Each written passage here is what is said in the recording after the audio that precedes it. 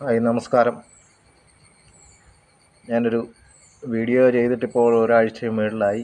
ഞാനൊരു ചെറിയ വിഷയം സംസാരിക്കാൻ ആഗ്രഹിക്കുകയാണ്. ഇവിടെ ദേശവാസികൾ ധാരാളമുള്ള ഒരു നാടാണ് നമ്മുടെ ഇന്ത്യ. കാരണം ഇവിടുത്തെ ഭരണകക്ഷിയായ BJPയും അവരുടെ സംഘപരിവാരങ്ങളുമൊക്കെ മറ്റുള്ളവരെ ദേശദ്രോഹികളായിട്ട് മുദ്ര കുത്തുകയും പേരിൻ്റെ അടിസ്ഥാനത്തിൽ അവർ ഇന്ന മതമാണ്, വർഗമാണ്, ജാതിയാണെന്ന് തിരിച്ചറിയുകയും ചെയ്ത് അവരെ ദേശദ്രോഹികളും ദേശവാദികളും ഒക്കെയായിട്ട് ചിത്രീകരിക്കുകയൊക്കെയാണ് ഈ ഈയിടയ്ക്ക് നടന്ന NIA പരിശോധനകളിലും ഒക്കെ ഇവിടുത്തെ സംഘി നാമധാരികളായ കുറേ ആൾക്കാരെയാണ് ഇന്ത്യയെ ഒറ്റുകൊടുത്തതിന് ഭാരതത്തിൽ നിന്ന് ഇതേ സംഘികളെ തന്നെ പിടിച്ചിരിക്കുന്നത്. മറ്റുള്ള പേരുകാരിലില്ല എന്നല്ല പറയുന്നത്, പക്ഷേ കൂടുതലും ഈ സംഘി കൂട്ടങ്ങൾ ഈ ഭരണത്തിൻ്റെ കീഴിൽ രാജ്യത്തെ ഒറ്റിക്കൊടുക്കാൻ അവർ തുനിഞ്ഞിരിക്കുകയാണ്. ഭരണകൂട വാഴ്ചയുടെ അധപ്പതനത്തിലേക്ക് സംഘികൾ തന്നെ രാജ്യത്തെ ഒറ്റിക്കൊടുത്ത ചരിത്രമാണ് നേരത്തെയും ഉള്ളത്. അതേപോലെ തന്നെയാണ് ഇപ്പോഴും ഈ രാജ്യത്തെ ഒറ്റിക്കൊടുക്കുന്ന സംഘികളെ നമ്മൾ കാണുന്നത്.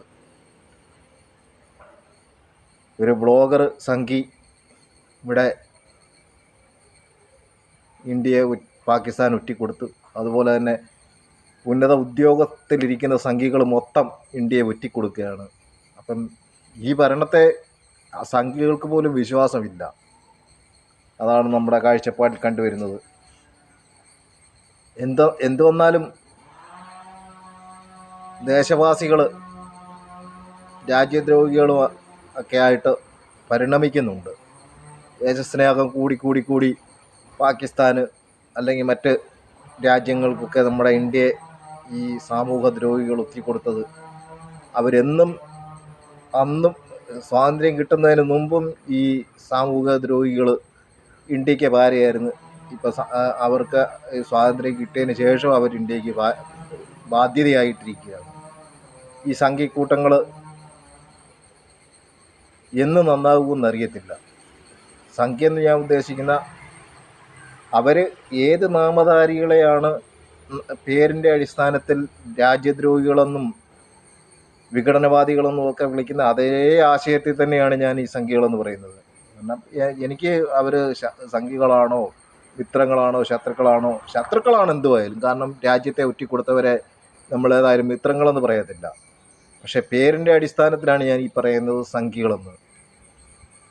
കാരണം അവരും മറ്റുള്ള ആൾക്കാരും പേരിൻ്റെ അടിസ്ഥാനത്തിലാണ് ഒരു സമൂഹത്തെ അല്ലെങ്കിൽ പല സമൂഹങ്ങളെ ഒറ്റിക്കൊടുക്കുന്നത്. ക്രൈസ്തവ പേരുകളുള്ളവരെ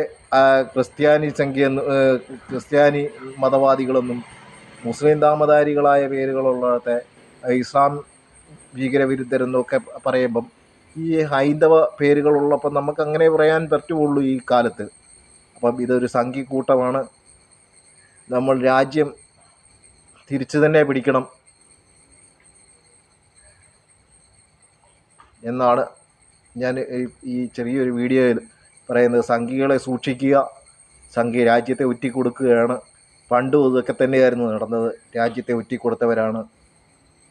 അടിയറവ് പറഞ്ഞ് രാജ്യത്തെ ഒറ്റിക്കൊടുക്കുക. ഇപ്പം ഭരണത്തിലിരുന്നും ഈ സംഘികൾ തന്നെ രാജ്യത്തെ ഒറ്റിക്കൊടുക്കുകയാണ്.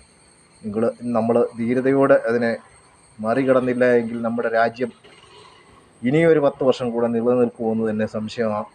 കാരണം ഇതേപോലെയുള്ള സംഖ്യകൾ ഇനിയും ഒരുപാടുണ്ട് പല രാജ്യങ്ങൾക്ക് ഒറ്റിക്കൊടുക്കാൻ. അവർ ഉദ്യോഗ തലത്തിൽ ഇപ്പോഴും ഉണ്ട് എന്ന് ഞാൻ പറഞ്ഞുകൊണ്ട് ചെറിയൊരു വീഡിയോ ഞാൻ നിർത്തുന്നു. നിങ്ങൾക്ക് നന്ദി, നമസ്കാരം. വീണ്ടും നമുക്ക് കാണാം അടുത്തൊരു വീഡിയോയുമായിട്ട്. Thank you. പിന്നെ പ്രത്യേകം ഞാൻ ഓർമ്മിപ്പിക്കുന്നു, എൻ്റെ ഈ ചാനലിനെ സബ്സ്ക്രൈബ് ചെയ്യണം, എന്നോട് സപ്പോർട്ട് ചെയ്യണം എന്ന് പറഞ്ഞുകൊണ്ട് ഞാൻ വീണ്ടും നിർത്തുകയാണ്. നന്ദി, നമസ്കാരം.